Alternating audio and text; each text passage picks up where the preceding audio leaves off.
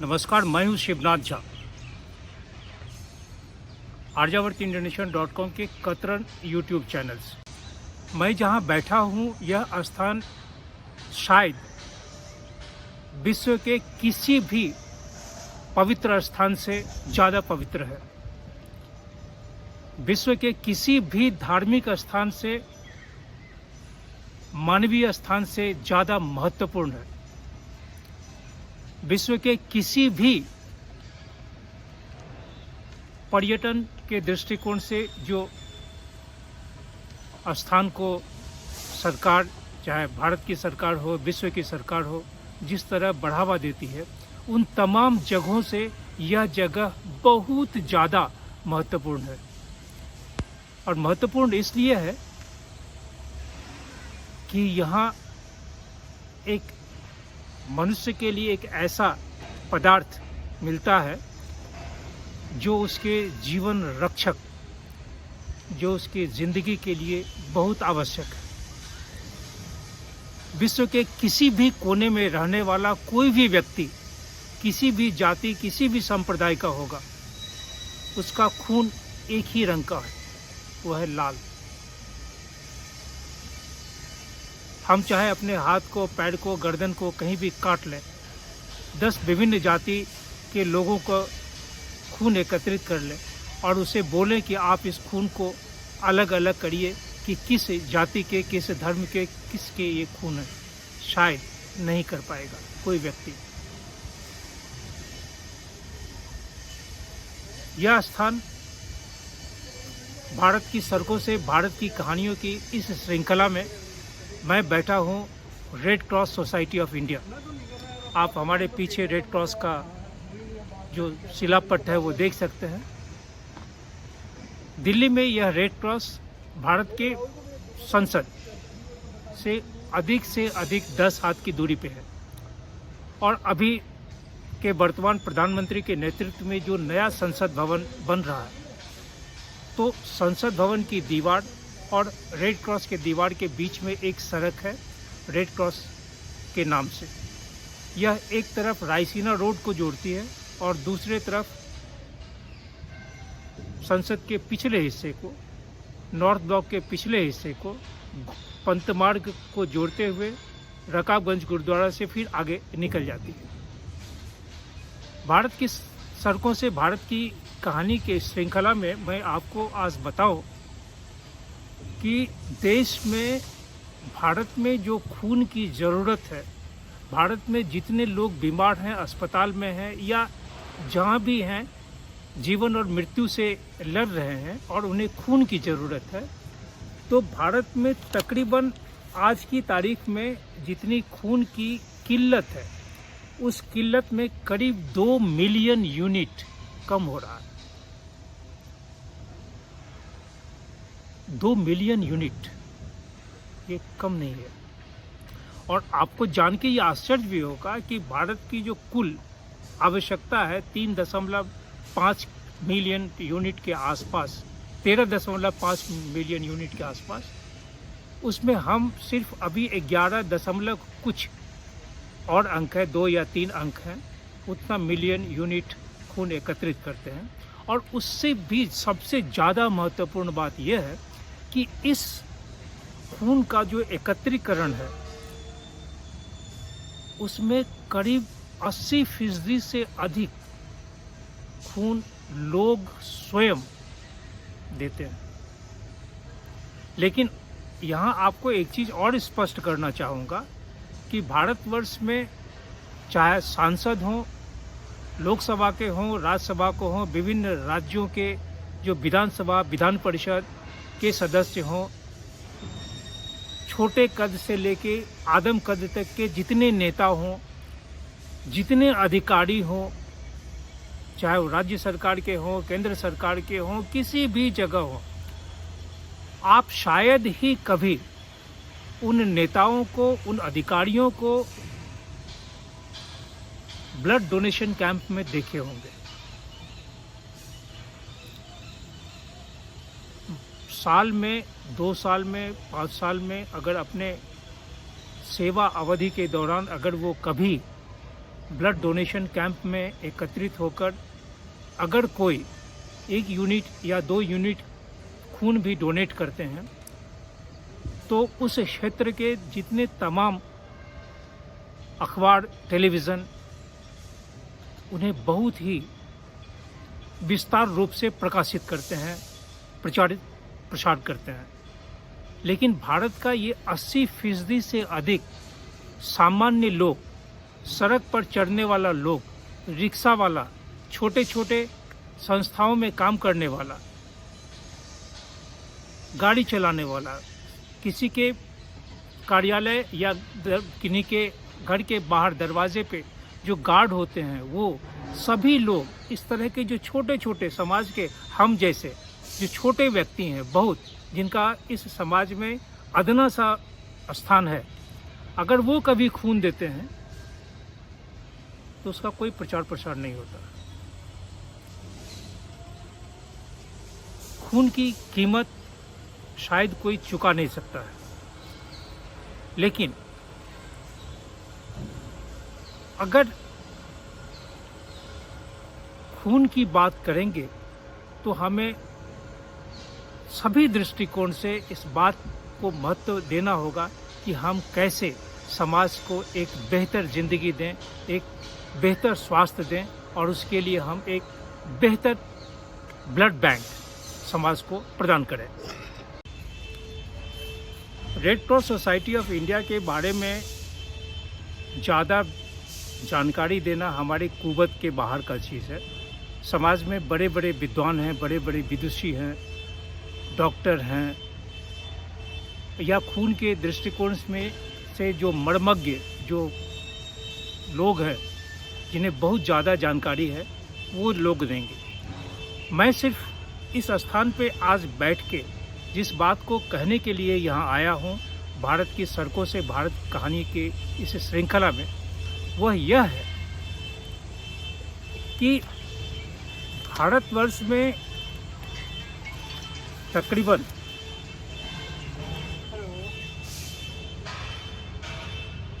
749 million mobile के subscribers हैं और ऐसी उम्मीद की जाती है कि आगामी 2026 तक भारतवर्ष में तकरीबन 1 बिलियन मोबाइल सब्सक्राइबर हो जाएंगे। आज मोबाइल सब्सक्राइबर का कहने का अर्थ यह है कि अधिकांश लोगों के हाथ में ये स्मार्टफोन होगा। अब सवाल ये है कि स्मार्टफोन होने से ही हम स्मार्ट हो जाएंगे, हमारी मानसिकता स्मार्ट हो जाएगी, यह कहना या विश्वास करना थोड़ा प्रश्न चिन्ह लगाता है। तथापि मैं इस कहानी के माध्यम से एक बात जरूर कहना चाहूँगा कि आगामी 2 साल, अभी अगर 2022 है तो आगामी 2026 में जब भारत में तकरीबन 1 बिलियन लोग स्मार्टफोन के सब्सक्राइबर होंगे, तो उनसे निवेदन मैं ज़रूर करूंगा कि वो मानसिक रूप से भी स्मार्ट बने। समाज के प्रति उनका जो दायित्व है, उनका जो परिवार के प्रति दायित्व है या राष्ट्र के प्रति जो दायित्व है, वो सिर्फ एक मोबाइल फ़ोन से उस दायित्व का कुछ हिस्सा वो पूरा कर सकते हैं। आप पूछेंगे कैसे, ये अभी मैं बताने वाला हूँ आपको। हमारे देश में जो मोबाइल के सब्सक्राइबर्स, उसमें तकरीबन अभी 749 मिलियन लोग मोबाइल का इस्तेमाल करते हैं और इस मोबाइल के इस्तेमाल में स्मार्टफोन की संख्या अधिक है, यानी लोगों के हाथ में स्मार्टफोन अधिक है। और ऐसी उम्मीद है कि 2026 तक तकरीबन 1 बिलियन लोग भारत में मोबाइल फ़ोन के सब्सक्राइबर होंगे और इसमें स्मार्टफोन की संख्या अधिक होगी। हम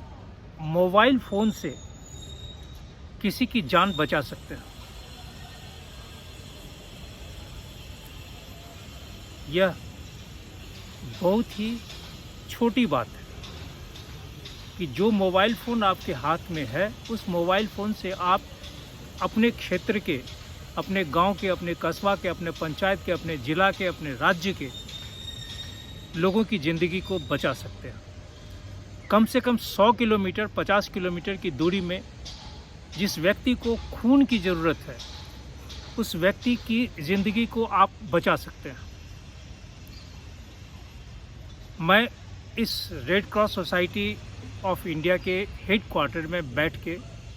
भारत की सड़कों से भारत की कहानी के इस श्रृंखला में आपसे एक निवेदन करता हूँ। तकरीबन हर एक लोगों के जो मोबाइल फ़ोन है, खास करके स्मार्टफोन या कोई भी फ़ोन, उस फ़ोन में न्यूनतम 100 और अधिक से अधिक तो नहीं कर सकते हैं, कितने नंबर्स, कितने लोगों का जो मोबाइल नंबर है वो उसमें उद्धृत है। अगर आपके पास कोई फ़ोन आता है, मैं ही आपको फ़ोन करता हूँ कि आपसे बात किया, बात करने के बाद मैं जब फ़ोन को रखने लगा, डिस्कनेक्ट करने की स्थिति जब आती, जब समय आता, उस समय मैं आपसे पूछा कि हुजूर आपका ब्लड ग्रुप क्या है, और आपने भी हमसे पूछा कि मेरा ब्लड ग्रुप क्या है, और हम और आप दोनों आदमी अपने अपने मोबाइल में आपके नाम के आगे, मेरे नाम के आगे मेरे ब्लड ग्रुप को आप लिख दिए। मसलन शिवनाथ झा ओ पॉजिटिव। अब अगर सभी लोग ये चीज़ करने लगे, शुरुआत करने लगे, तो स्वाभाविक है कि उनके मोबाइल फ़ोन में एक बहुत बड़ा ब्लड ग्रुप का बैंक बनेगा। ये भी स्वाभाविक है कि हमारे फ़ोन में हम उन्हीं लोगों का नंबर रख रहे हैं जो हमारे परिचित है। किसी अन्य व्यक्ति का नंबर हम अपने मोबाइल फ़ोन में नहीं रखते हैं। तो परिचितों की संख्या अगर हमारे मोबाइल फ़ोन में 2000 है, 3000 है, और 3000 लोगों को एक श्रृंखलाबद्ध तरीके से हम सबों के नाम के आगे उनका ब्लड ग्रुप लिख लिए, और खुदा ने खास्ते हमारे आसपास के क्षेत्र में, हमारे गांव में, हमारे पंचायत में, हमारे प्रखंड में, हमारे मोहल्ले में 5 किलोमीटर, 10 किलोमीटर, 20 किलोमीटर, जहाँ तक हम जा सकते हैं, पहुँच सकते हैं समय पे, उस क्षेत्र में अगर किसी व्यक्ति को खून की ज़रूरत होगी ज़िंदगी बचाने के लिए, और हमें खबर मिली, तो कम से कम हम अपने फ़ोन पे ये देख सकते हैं कि उस एरिया के हमारे कितने मित्र हैं जिनका ब्लड ग्रुप यह है, और हम उन्हें तुरंत संवाद दे सकते हैं कि साहब फलाने जगह ब्लड की ज़रूरत है और आपका जो ग्रुप है उसी की ज़रूरत है। अगर संभव है तो उस व्यक्ति की ज़िंदगी को बचा लें। विगत दिनों कलकत्ता के कुछ मित्र हैं जिनसे ये बात हो रही थी, उनको मैंने कहा था कि आप अपने जो काम कर रहे हैं उस काम को आप वीडियो बना के मुझे भेजें। यह कल शाम तक की बात थी, अभी तक नहीं आ पाया, लेकिन मुझे कहानी करनी है। ये बहुत ही बेहतरीन कहानी है, लोगों के लिए, लोगों तक पहुंचाने के लिए बहुत आवश्यक था। तो मैं उस कलकत्ता के उस मित्र को धन्यवाद देना चाहता हूं कि उन लोगों ने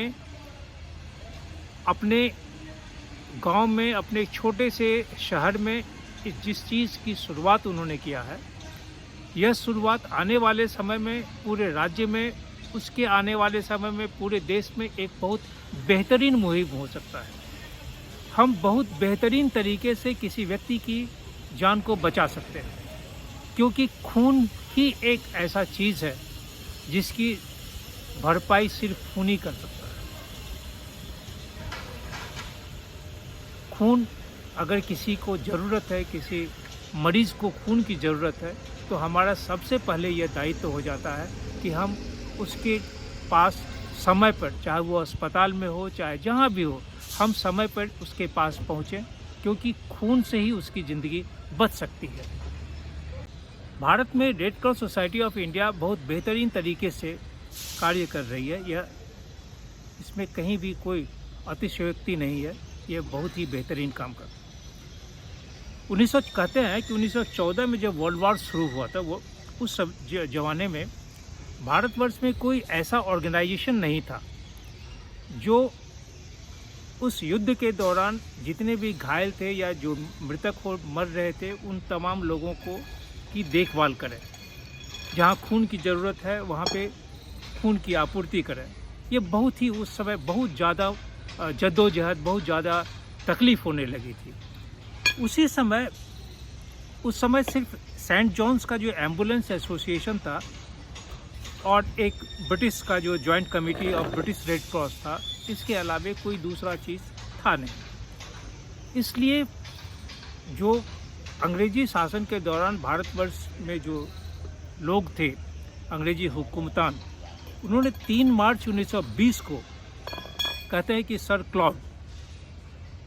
क्लॉड हिल ने एक बिल इंट्रोड्यूस किया तत्कालीन इंडियन लेजिस्लेटिव काउंसिल में to constitute a Indian Red cross.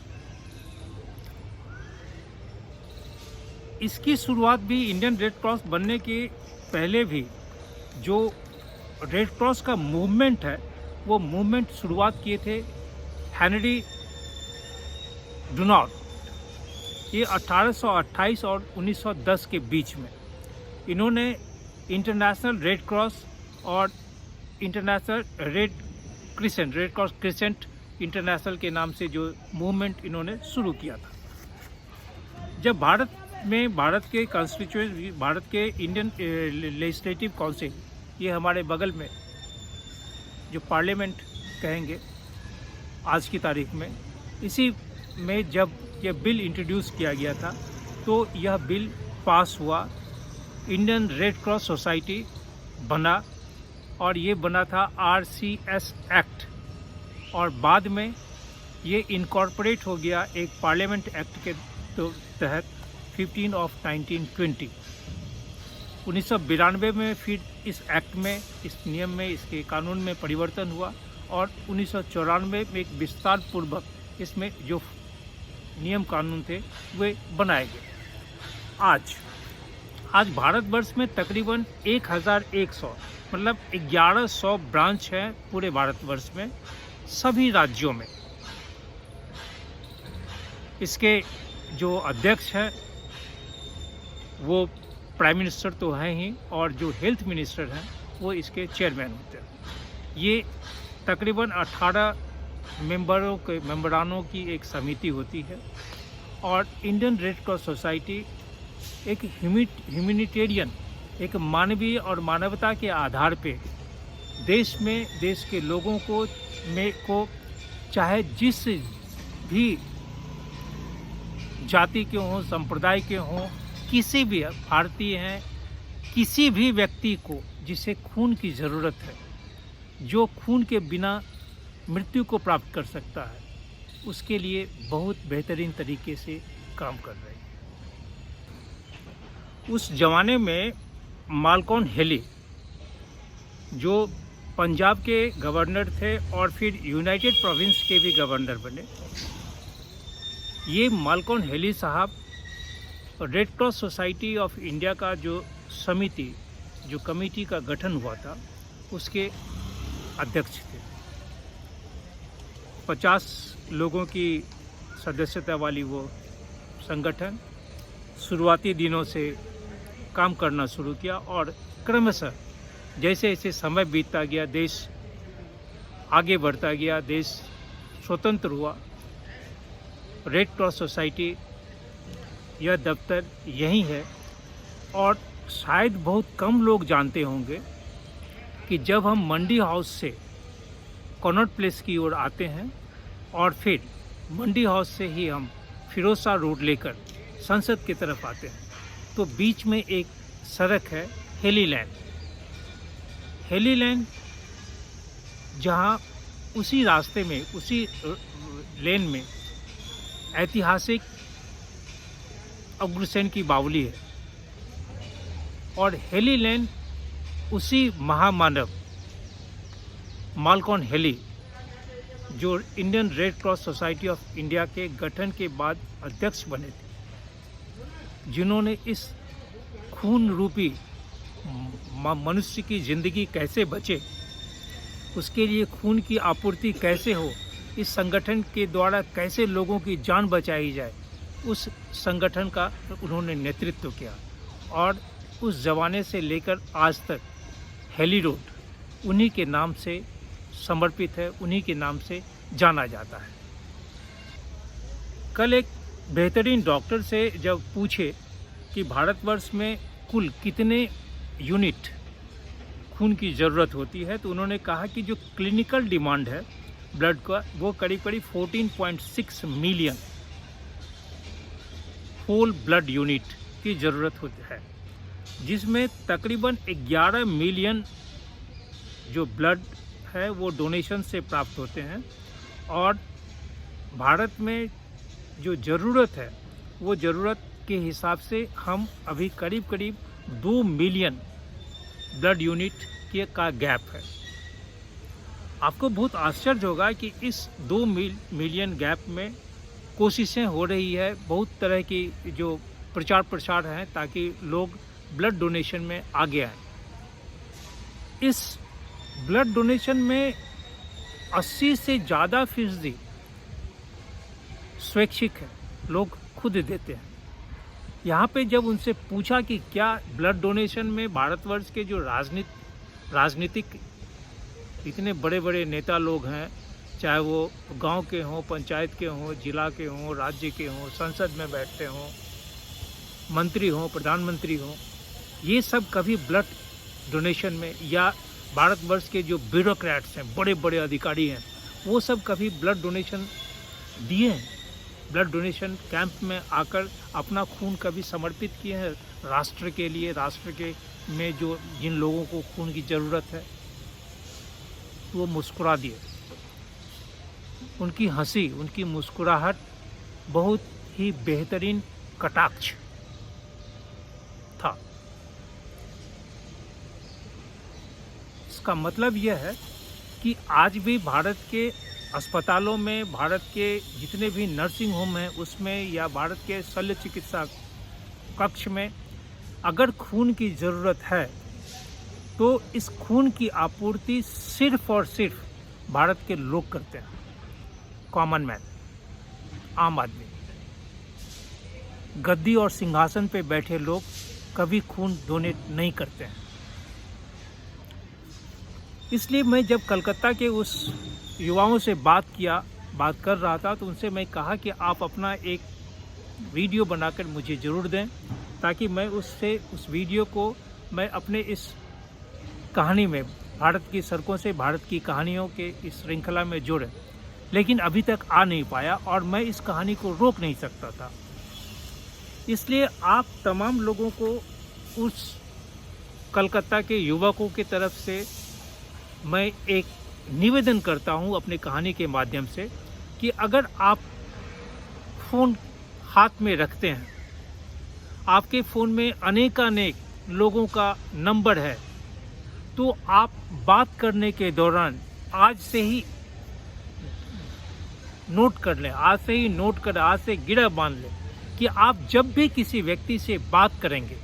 तो बात करने के उपरांत आप उस व्यक्ति का ब्लड ग्रुप जरूर पूछेंगे। और ब्लड ग्रुप पूछने के बाद अपने फ़ोन में आप उस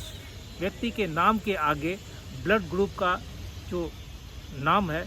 ए पॉजिटिव, ए नेगेटिव, ओ पॉजिटिव, जो भी है उनका ब्लड ग्रुप, उससे आप डाल देंगे। इससे क्रमशः आने वाले समय में हर एक लोगों के फ़ोन में 10, 100, 1000, 2000, 5000 लोगों का जो नाम के साथ उनका ब्लड ग्रुप एकत्रित होगा। इसलिए हमारे मोहल्ले में, हमारे समाज में, हमारे इस आसपास के लोगों में अगर कभी भी खून की ज़रूरत होगी और ग्रुप में मुझे मालूम होगा कि किस ग्रुप की खून की ज़रूरत है, तो हम अपने मोबाइल से उस व्यक्ति को ढूंढ के, जो उस व्यक्ति का खून का जो यूनिट, वो जो नंबर है, जो उसका ग्रुप है, उसे देखकर उनसे मैं गुजारिश कर सकता हूं कि हुजूर, एक व्यक्ति की ज़िंदगी का सवाल है, आप 1 यूनिट खून तो दे सकते हैं। अगर वो बच जाएगा तो उसकी ज़िंदगी बचेगी, उसका परिवार बच जाएगा, उसके बच्चे अनाथ होने से बच जाएंगे। भारत की सड़कों से भारत की कहानी की इस श्रृंखला में आज यहीं नमस्कार करता हूँ आपको। शेष अगली कहानी में फिर कहूँगा।